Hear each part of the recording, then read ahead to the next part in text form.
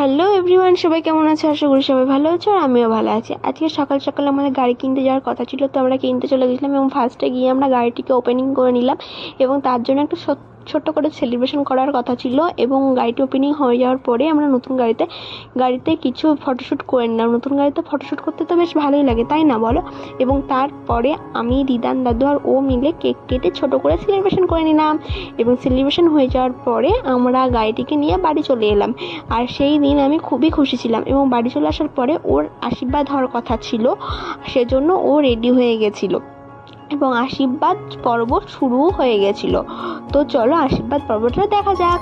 ফার্স্টে আমার বাবা আশীর্বাদ করছিল, তো আশীর্বাদের সময় খুবই খুশি হচ্ছিল, ও খুশি ছিল আর আমিও খুশি ছিলাম, দুজনেই।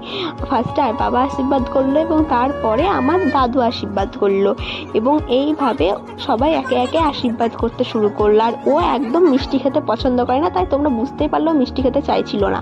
এবং তারপরে আমরা নতুন গাড়িতে ভিডিও শ্যুট করলাম এবং ফটোশ্যুটও করলাম। আর আমাদের রাত্রে রিং সেরিমনি হওয়ার কথা ছিল এবং তার জন্য আমরা প্রিপারেশান নিয়েছিলাম এবং রিং সেরিমনির জন্য আগে ফটোশ্যুট করে নিলাম এবং তারপরে আমরা রিং সেরিমনি করে নিলাম। এবং তারপর আমি ওর জন্য একটা ডান্স ডেডিকেটেড করেছিলাম এবং আমি ডান্সটা করলাম। আর আমি লাস্টে ভাবতে পারিনি ও আমাকে কোলে তুলে নেবে, তো ওকে কোলে নিয়েছিল।